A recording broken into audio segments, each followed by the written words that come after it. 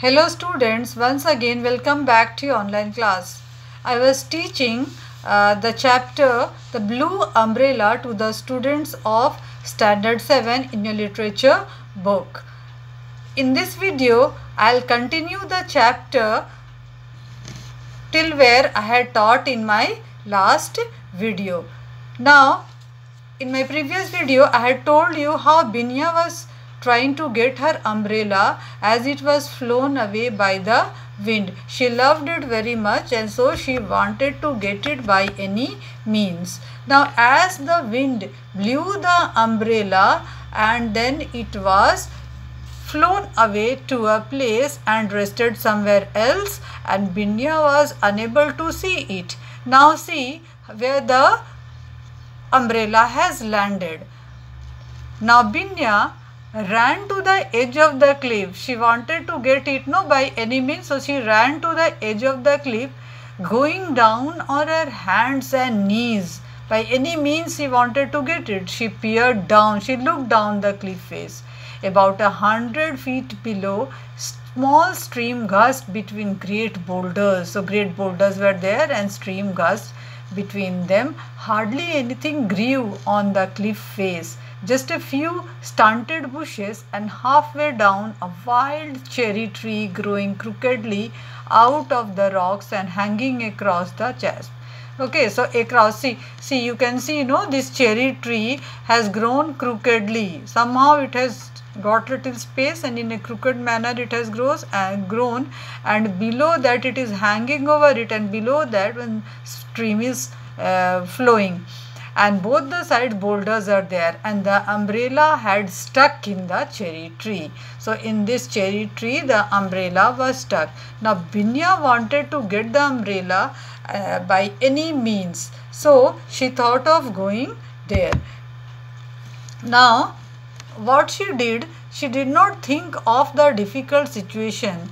Okay, Binya didn't hesitate. Okay, she did not feel like looking back. She just wanted to get the umbrella. She may have been timid with strangers, so she was shy. Okay, when she used to see strangers, she used to feel shy, but she was at home on a hillside. So this was hillside and she felt as if it was her home.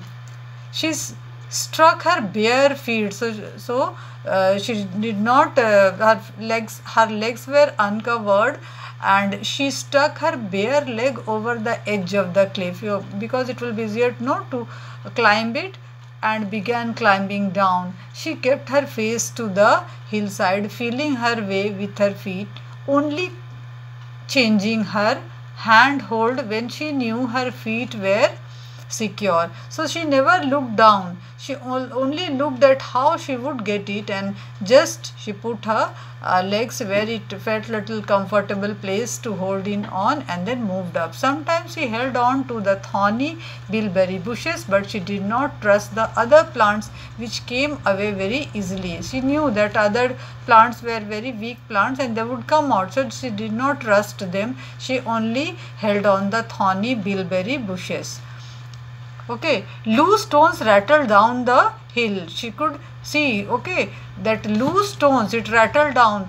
Once on their way, the stones did not stop until they reached the bottom of the hill, and they took other stones with the other stones also with them, so that there was soon a cascade of stones, and Binya had to be very careful not to start a landslide. So Binya could see that if loose stones were falling, they were falling down, deep down, okay, and then it would be very difficult. Somehow if she slips down, she would also go down, and then it was impossible to save her. Okay, so as agile as a mountain goat, okay, so she started walking, moving quickly and easily like a mountain goat over there, and she did not take more than 5 minutes, okay, to reach the crooked cherry tree, and within 5 minutes she reached the crooked cherry tree, but the most difficult task remained. She had to crawl along the trunk of the tree which stood out at right angle. So in that picture you had seen, no, that it was just grown in a crooked manner at right angle, and she had to crawl along the trunk because it was difficult, no, to stand up and climb it. Only by doing this could she reach the trapped umbrella. Anyhow she reached there and tried to take the umbrella. Binya felt no fear when climbing trees. She was proud of the fact that she could climb them as well as Biju, her brother, because she used to stay, no, in the hilly area, so it was easy for her to climb. But now this climbing was very difficult. Gripping the rough cherry bark with her toes and using her knees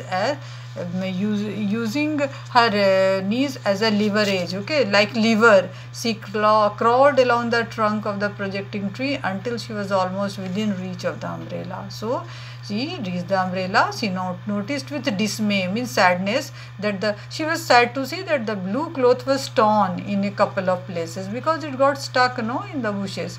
She looked down, and it was only then that she felt afraid. Now when she looked down, till now she was just trying to get the umbrella, she never looked down also. Now when she saw down, she was little afraid because below there were boulder stream. A stream was there full of boulders.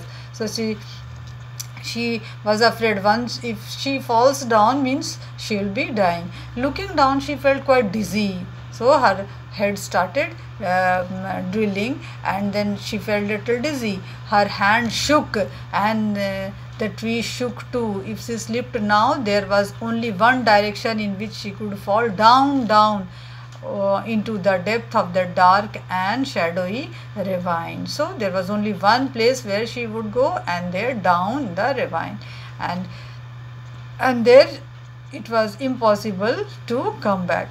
There was only one thing to do: concentrate on the patch of the blue just a couple of feet away from her. So she thought of looking at the umbrella and then getting it back. She did not look down or up, but straight ahead, and willing herself forward, she managed to reach the umbrella.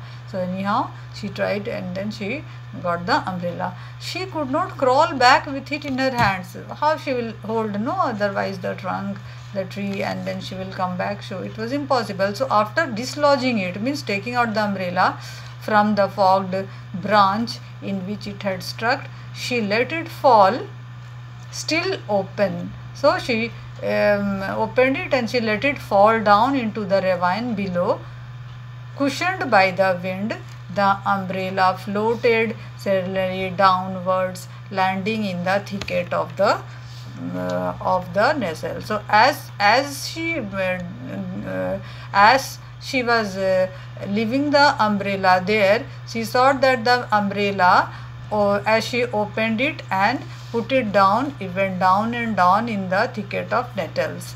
And then Binya crawled back along the trunk of the cherry tree. So she also crawled back along the cherry tree. And then what happened? Then she started crawling back. She left the umbrella from there. Then 20 minutes later she emerged from the nettle clump. So she slowly came down, and then she went there in the ravines, and from there she came out, and with her precious umbrella held aloft. Okay, so she was holding it held high enough above his head. Okay, held aloft, she held it high, and she had nettle strings all over her legs. Okay, the nettle strings were there because she had come out from the nettle clump in her legs, but she was hardly aware of the smarting. But then she was hardly feeling the sharp stinging pain in her body because she was so happy that she got her umbrella back. So the happiness of getting the umbrella did not let her feel the pain she got from the sharp stinging parts of those bushes which got and pierced in her body. So this is all in this chapter. I hope you understood. So thank you once again.